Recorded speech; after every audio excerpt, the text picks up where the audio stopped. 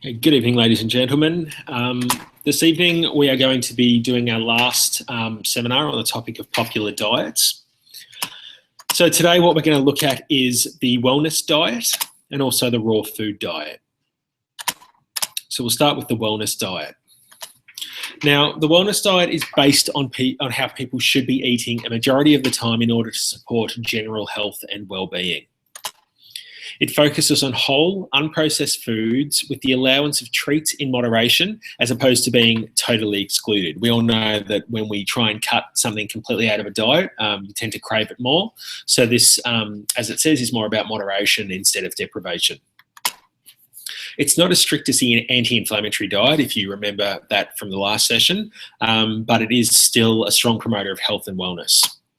And it combines several healthy eating principles that have been shown to encourage health and also prevent chronic disease. So what we'll do is also look at a bit of the scientific data as to why this diet is so effective. Also focuses on low GI food, so that's the glycemic index. And just to refresh your memory, that's just speaking about how much the food that you're eating is actually causing your insulin and your blood sugar to spike. And it also promotes weight management and stabilization. So the main aims of the diet are to reduce the incidence of chronic disease within whole communities. It's been developed from a public health perspective rather than trying to target specific health concerns. So instead of saying we need a diet that can treat cardiovascular disease or diabetes, it's more looking at the population as a whole, or like the community as a whole, seeing what the main concerns are in those communities and then trying to come up with a diet that's going to target everyone at once rather than honing in on a specific condition. And as I just said, it's trying to keep as many people healthy as possible across multiple age groups, cultures, and socio-economic status. The aim of that being that people are prone to certain conditions as they get older, but if they can focus on that general health and well-being as they age, hopefully they can avoid some of those conditions that they would be susceptible to otherwise. So the key considerations of the diet. So you need to include a variety of fresh fruits and vegetables. Now that's at least 5 serves of vegetables and 2 serves of fruit every day. Whole grains. Now refined sugars should be kept to a minimum. Animal protein can be consumed, but red meat should be consumed a maximum of twice per week. Fish and poultry are also consumed. Water should be the predominant drink consumed, but soft drink and fruit juices can be consumed occasionally. Now, this is a diet that not all natural health practitioners are going to agree with because of the soft drink and fruit juices and the sugar content contained within them. But I guess the thing to keep in mind is that it is all about moderation once again, and what I'm doing here is just trying to present you with some of the more common diets out there at the moment for you to make your own decisions. Now, if alcohol is being consumed, both men and women should limit intake to 1 serve of alcohol per day. And keeping in mind that 1 serve is not generally like a stubby or a bottle of wine. There are recommended serving sizes, and they are generally less than what people think they are. More key considerations. Caffeinated tea and coffee can be consumed, but it should be limited to a maximum of 2 cups per day. You should choose foods that are low in salt, but if salt is being consumed, make sure that it is iodized salt. Dairy products can be consumed in moderation, providing that they don't cause a reaction. So for some people, dairy, people could have a lactose intolerance. It could be inflammatory for them, cause mucus and congestion, etc. So as long as you don't suffer from any of those symptoms, then it can be consumed in moderation. You should choose whole or full cream dairy where possible if you are consuming dairy, and avoid skim or light versions as they can affect blood sugar, and that's because they do have quite a lot of sugar added to them. Choose unsaturated fatty acids, that should say instead of saturated fatty acids. And treats and takeaway foods should be kept between 0 and 2 servings per day. So some of the research that's underpinning this particular diet. So there's strong epidemiological evidence that diets containing substantial amounts of red meat and products made from red meat probably increase the risk of coronary heart disease and some forms of cancer. So they have looked at that and said that due to the evidence linking red meat consumption and cancer and coronary heart disease, it should be limited to a maximum of twice per week to avoid that risk. High amounts of saturated fats may adversely affect cardiovascular risk. So once again, looking at the relationship between saturated fat and heart health, and knowing that the unsaturated fats are better for you. Highly processed carbohydrates such as white rice tend to produce a quick rise, a high peak, and a fast fall in blood glucose, resulting in high GI, which is your glycemic index, and GL, which is your glycemic load. This was associated with significantly higher risk of type 2 diabetes. So once again, that is just looking at how it's affecting your blood sugar and your insulin levels. Some more research there. Soft drinks are high in glycemic load and empty calories play an important role in the development of obesity and diabetes.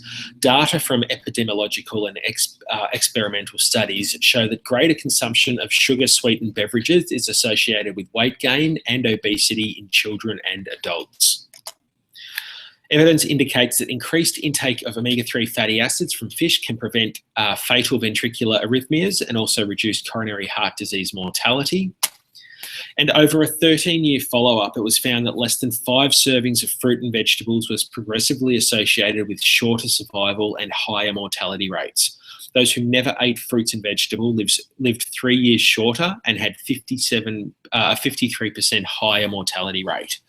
So as you can see here, it's just focused on different areas which are really some of the key problems in society at the moment. Things like high sugar intake and obesity, diabetes, heart disease, overconsumption of saturated fatty acids, etc. So the diet is really just focused around avoiding some of these problems through diet where possible. Some final thoughts on the wellness diet. It is a great diet as an initial starting point, but it doesn't take into consideration specific health concerns that need specific nutritional support. As I was saying, it is really focused on community wellbeing and does not target those individual concerns. So somebody who needed to eat something like an anti-inflammatory diet because they had an inflammatory type condition, this is not going to be the diet for them because it contains dairy, it contains red meat, etc. The diet does promote a healthy long-term relationship with food by focusing on moderation rather than deprivation. So as I did say earlier, when people are deprived of certain foods, they tend to crave them more. So this diet looks at letting you have it in small amounts so that you don't feel like you're being deprived. The small number of treats that are allowed can easily get out of hand. The reason being some people, once they start, they can't stop. Also, serving sizes for different people are going to be interpreted differently as well. So that's a concern that would need to be taken into consideration. And the overall health and suitability of the person needs to be taken into consideration before starting the diet. So a diet like this would be a huge improvement for somebody who ate a lot of junk food and refined sugars, etc. But it might not be a great diet for somebody who eats, for lack of a better word, a normal diet. So for someone who's generally quite healthy, the wellness diet, which talks about, this red meat consumption and occasional treats and takeaway and soft drinks, etc., it actually might be a step backwards from what they're actually doing already. So yes, the individual needs to be taken into consideration. And now we'll look at the raw food diet. Pretty self-explanatory, but it is predominant consumption of uncooked and unprocessed food. It's mainly fruits, vegetables, nuts, seeds, and sprouted grains. They use simple processing techniques such as sprouting, dehydrating, and also fermenting. They do light cooking between 40 and 49 degrees Celsius, as this preserves the enzymes in the food. It's usually adopted as part of a wholesome lifestyle choice with a focus on disease prevention. The raw fruits and vegetables are a rich source of fibre, potassium, folate, vitamins, minerals, flavonoids, lignans, and other protective phytochemicals. And processing of fruit and vegetables actually alters their chemical structure, and it changes the composition, nutritional value, digestibility, and also the bioavailability of the bioactive compounds. Some of the inclusions in the raw food diet, so predominantly consists of fruit, vegetables, nuts, seeds, oils, and then grains that are eaten raw. Foods that are still in their natural state, so they can be picked and harvested and then eaten without being cooked or heated. Some do choose to incorporate raw eggs, raw meat, and raw unpasteurized dairy. And this is where food safety can become a concern and why a lot of people have issues with a raw food diet. So this is just a raw food diet pyramid to give you some idea how it would compare to the normal healthy diet pyramid. So look, you've got your cold pressed oils and nutritional yeast at the top, medicinal foods, herbs, wheatgrass, etc., hemp seeds, etc. Down the bottom, you've got your leafy greens, and that's obviously your eat generously category. Foods that are excluded, so foods that are cooked, so cooked fruits and vegetables, as well as meat, beans, and grains. Fast food is obviously excluded, and processed foods. So what does the research say about the raw food diet? Raw fruits and vegetables have a higher amount of fibre, vitamin C, and potassium than their cooked counterparts. So that's going to have increased antioxidant capacity, and also going to have a positive effect on cellular fluid balance. Fruits and vegetables provide approximately 80% of dietary nitrate intake, which has potent cardiovascular benefits, so really beneficial for the heart health. Flavonoids and related polyphenolic compounds found in vegetables are lost when heating. So flavonoids are known to exert anti-inflammatory actions. So they're basically just saying that the more the food is heated, the less this anti-inflammatory effect is actually given. So much of the benefits associated with this diet are due to an overall increase in fruit and vegetable consumption. Fruits and vegetables are considered low energy density, requiring higher intake to meet daily nutritional requirements. Now, it can be a useful diet for somebody who's overweight or obese, somebody who has asthma, someone on a low fruit and vegetable intake generally. Constipation, obviously all the extra fibre from the fruit and vegetables is going to assist with that, but the water balance obviously needs to be there as well for that. Someone who has high cholesterol or blood pressure, any inflammatory conditions. Now, some of the considerations. You need to be mindful of nutrient deficiencies, particularly calcium. So if you're avoiding large groups of food, then you need to make sure that you are supplementing in some way to make sure you are still having a balanced diet. Rapid weight loss is a concern for some people. Now, it does sound, like a great thing for some people who are looking to lose weight, but you never want to lose weight too quickly. It's quite unhealthy. One of the main reasons being that there's actually toxins stored in your fat cells. And if you are breaking them down too quickly, then you're releasing quite a lot of toxins into your body all at once, and it can be a bit of an overload. So a gentle weight loss is always best. And when people, go on these diets and complain because they're only losing half a kilo to a kilo every week, one of the things that they do need to keep in mind is that that is safe weight loss for the very reason I've just said. Imbalanced energy intake and energy expenditure. So a raw food diet can alter the amount of calories that you're intaking every day, and that doesn't always balance with the energy that you're expending. So you need to be careful there. Digestion and stomach acid issues. With that one, you don't want to interfere with the pH of the stomach too much. You don't want to kind of alter things and stop the breakdown of foods as they naturally would occur. So yeah, you need to keep that one in mind. Cooking of some food actually enhances the digestibility and the assimilation of nutrients. So for example, if you're looking at, say, tomatoes, we know that there's a compound in tomatoes called lycopene, and that's actually only activated when the tomato is cooked. So you may be missing out on the full range of benefits from certain foods if you are, not cooking them or, excluding them altogether. Preparing and maintaining a raw food diet takes time and effort. Look, any kind of diet takes time and effort, but raw food, particularly with things like dehydrating, etc., that can be quite time consuming. And for somebody who's working full time, it could be an issue. Pieces of equipment like the dehydrators I just spoke about and blenders can also be quite expensive. So that might deter some people from following a diet such as this, especially if it's a fad diet and you are doing it for 1 or 2 weeks and then you never do it again and you've spent $800 on a dehydrator. That could be quite upsetting for some people. So just to summarise, are any of these diets right for you? So if you think back, or if you missed them, we spoke about 6 different diets. So first up, we spoke about the Mediterranean diet, the paleo diet and the 5-2 diet. The following week, we looked at the Mediterranean diet and the anti-inflammatory diet.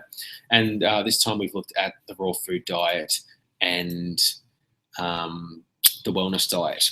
So I guess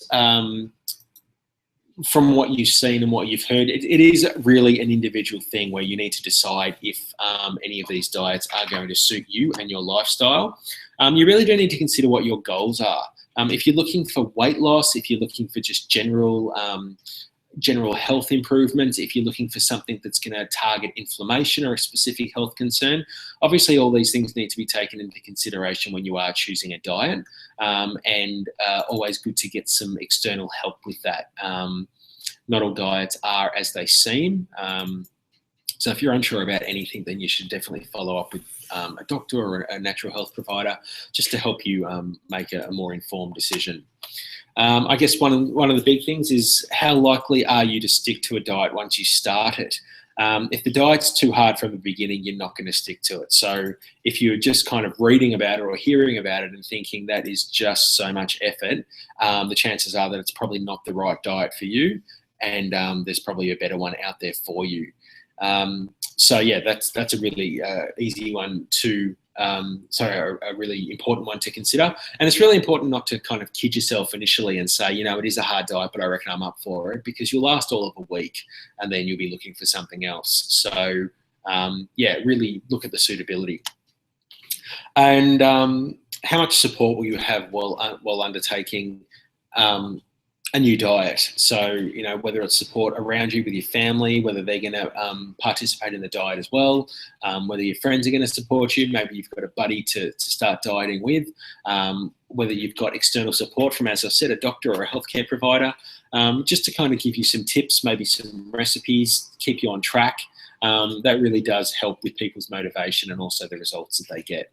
So yeah, all these things are very important to keep in mind before you get started on any diet. There is a whole lot of information out there and books, etc., on all of the individual diets. So do your research, find out which one you think is right for you, and I suppose good luck.